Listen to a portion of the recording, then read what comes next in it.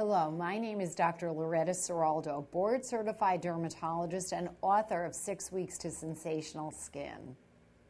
In this clip, we're going to talk about how to make acne scars disappear. And I must tell you, as a practicing dermatologist for nearly 30 years, I like to emphasize to everyone that there may be no true magic trick for resolving acne scars, but we're going to focus on several things.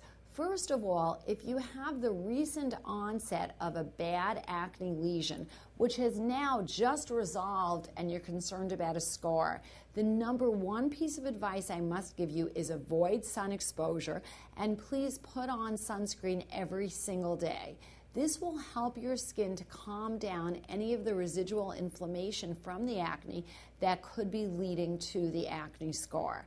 Secondly, I'm going to say that if you do believe that this is not just a typical mark from acne, but that you may truly be left with a permanent scar from acne, please, as early on as you can, seek the advice of a board-certified dermatologist. We do have many new technologies for acne scarring, including lasers, peels, and very good fillers. Thank you. This is Dr. Loretta Ciraldo.